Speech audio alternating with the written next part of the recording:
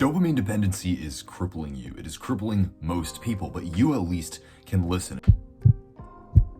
If it's any consolation that the vast majority of the world is struggling with pretty severe dopamine dependency, that's one thing. But hopefully it's even more consolation that because this is so common, the path for healing it is somewhat uncommon, but also somewhat simple. And so we're gonna jump into it in this video. You may be aware that you have a dopamine dependency issue. You may not be aware that you have a dopamine dependency issue. If you're struggling to find happiness just in the present moment on a regular basis, if you're struggling to focus, if you're struggling to find high energy that you need to be motivated and go out and pursue your goals, if you find that spending time with friends, family, focused on your work, if presence with those things is being subverted by constantly looking forward to getting home, jerking off, smoking weed, having a drink, you absolutely have a dopamine dependency issue, but that's okay. Here we are trying to raise our awareness and solve it together. Dopamine is a neurotransmitter that plays a key role in the reward and pleasure centers in the brain. And what it's doing is reinforcing behaviors that make us feel good, whether those behaviors are actually good or not. If we want to beat dopamine dependency, or dopamine addiction as some people call it, we need to master the way that our brain experiences accomplishment. The term dopamine dependency refers to a situation where a person has become accustomed to a high level of dopamine release in response to certain behaviors or stimuli.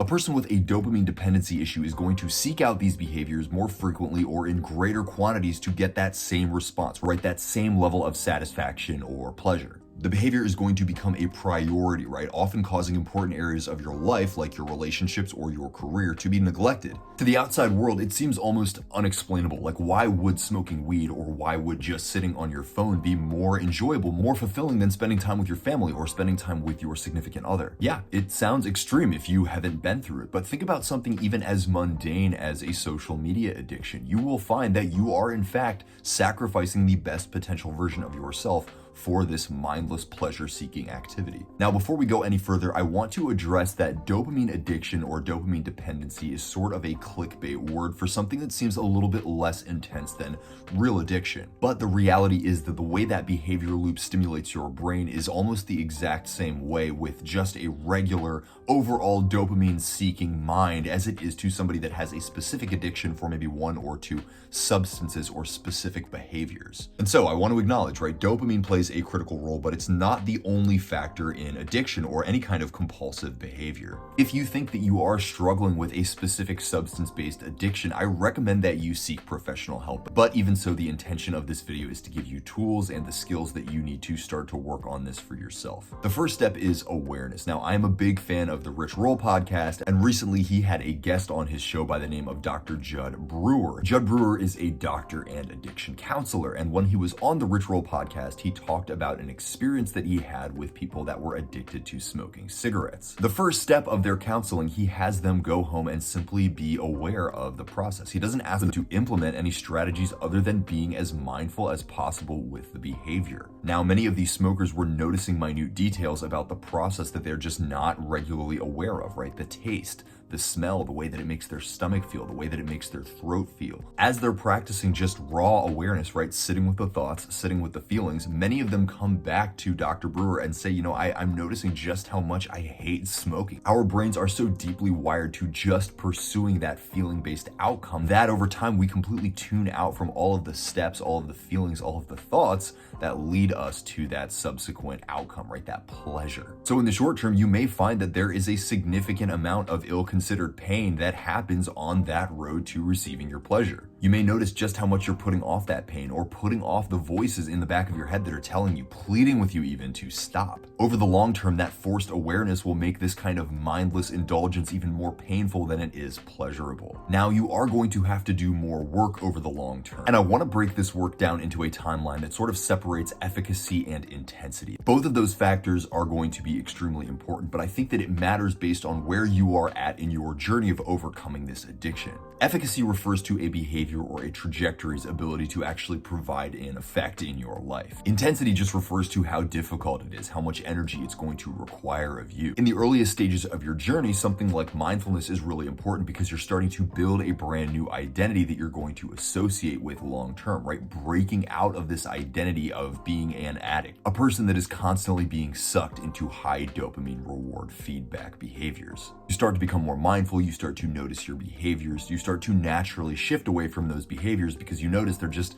not in alignment with the best version of yourself. They just don't make you feel good. They don't make you think about yourself in a way that you're really proud of. What you're gonna wanna do next is simply swap those activities, right? Pick a few activities that are in alignment with the best version of yourself. Say you want to start to meditate or you want to start to work out. Those are two of the most common ones. You're just taking that time that you would have otherwise spent, masturbating or drinking, and you're just trying to start to swap it with healthier activities. One of the best ways to do this at first is actually to leverage the unhealthy behavior as a sort of reward. So giving yourself that sense of a prize after you behave properly, after you work out or after you meditate, then you can drink, right? Then you can hit your joint. But over time, you will start to notice that those positive behaviors actually make you feel significantly better. And you have that voice in your head telling you, hey, you know what? I actually don't even want to go smoke weed after this because I feel good right now. And I know that when I go participate in this behavior that identifies me as this old version of myself, it's going to be super unfulfilling. There may be that positive chemical response, but that's going to be super short-lived to the shame that comes subsequently afterwards. So we're just rewiring our brain, right? Over time, we are building a new set of habits, and this is a lot easier said than done. And so if you want some help with this,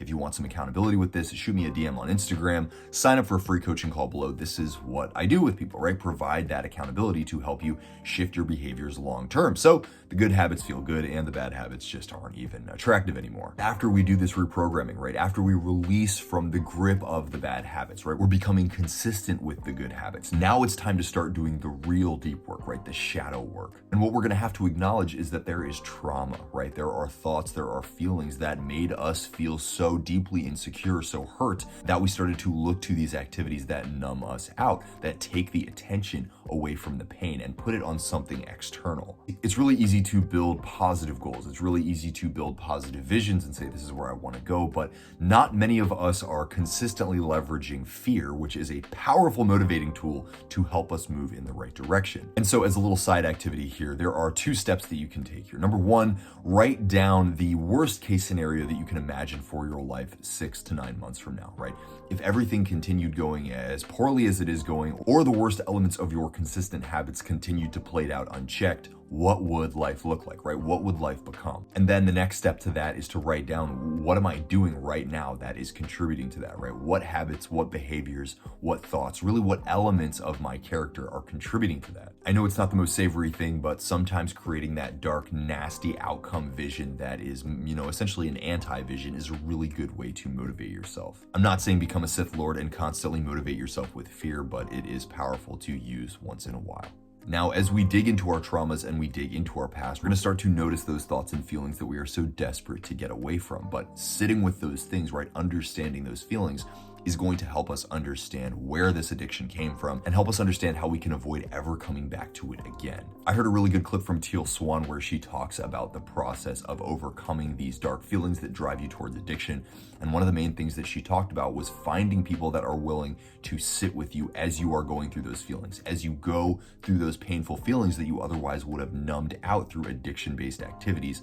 You are simply sitting with those feelings. You're finding people that are willing to sit with you and talk with you as you put them out into the world and become more comfortable just being present with those feelings. That is ultimately how we're going to overcome these addictions, right? We are going to heal the traumas. We are going to heal the insecure feelings. Shadow work is a deep and complicated process, and it's very personalized person to person. And so I do plan to make more videos about that in the future. And if you want to see those, drop a comment below. But the bottom line, my friends, become aware, right? Become aware of the thoughts and the feelings that are driving you towards these addictions. Become aware of the thoughts and feelings that come up as you are engaging in your addictive behaviors, and realize that until you have a clear vision of the person that you want to become, right, the identity that you want to embody, you're going to continue to fall back into unconscious behaviors and unconscious thought patterns that are creating a life that you despise. So become clear on who you want to be, right? Raise your awareness and you will notice yourself transforming. If you have any questions, if you have any comments, drop them below. I will get back to you. You can shoot me a DM on Instagram and we will have a conversation. I'll try to help you out as much as I can. Of course, if you're interested in long-term coaching, there is a link below that you can use to sign up. The first consultation is totally free. And until next time, much love, peace, namaste, and I will talk to you all later. Bye-bye.